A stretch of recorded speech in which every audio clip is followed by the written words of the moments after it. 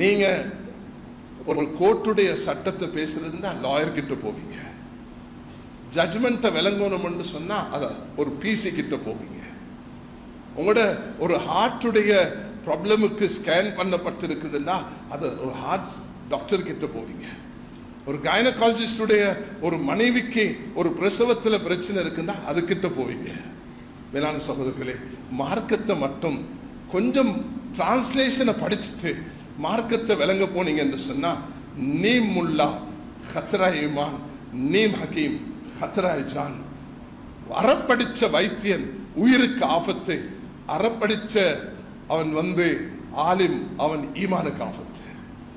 என்னுடைய ஒரு நெருங்கிய உறவை சேர்ந்த ஒருவரை டெமட்டகோட பக்கத்துல அந்த கிரவுன் தியேட்டருக்கு பக்கத்துல அவர் வவுத்து வலி என்று போயிட்டு காட்டின நேரத்தில் சாதாரண ஒரு கிளினிக்ல உள்ள டாக்டர் வவுத்தை வெட்டி போட்டாரு.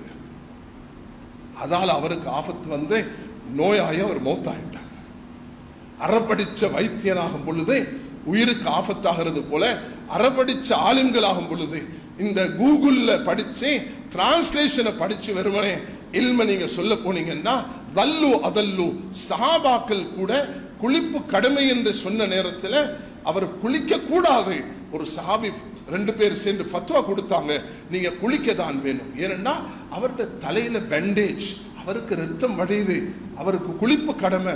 குளிச்சார், அதே இடத்துல மௌத்தாகி விட்டார். அல்லாஹ் அக்பர். கண்ணியமானவர்களே, நபி அவர்கள் சொன்னார்கள், அஹ்லத்துமு, அல்லாஹ்க்கு நீங்க தான் பதில் சொல்லணும், நீங்க எல்லாரும் சேர்ந்து அவரை கொண்டு போட்டீங்கன்னு சொன்னார். அல்லாஹ்ட கதாபடி தான் மௌத்தாகினார்.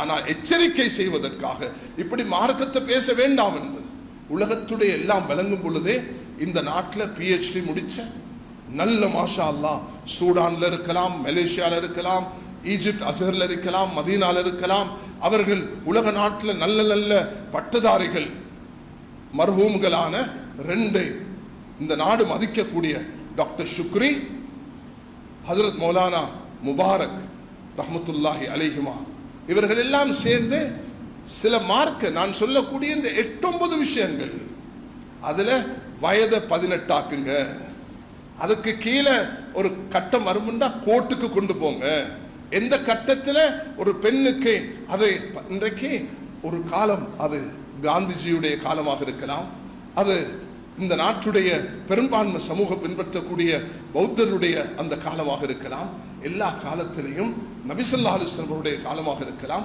சிறார்களுடைய திருமணம் என்பது நடந்தது.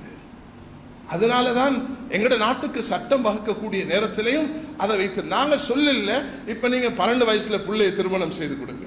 ஒரு நாளும் எந்த ஒரு ஆலிமும் மெம்பர்ல ஏறி சின்ன பிள்ளையுடைய திருமணம் நடக்க வேண்டும் என்று சொல்ல மாட்டார்.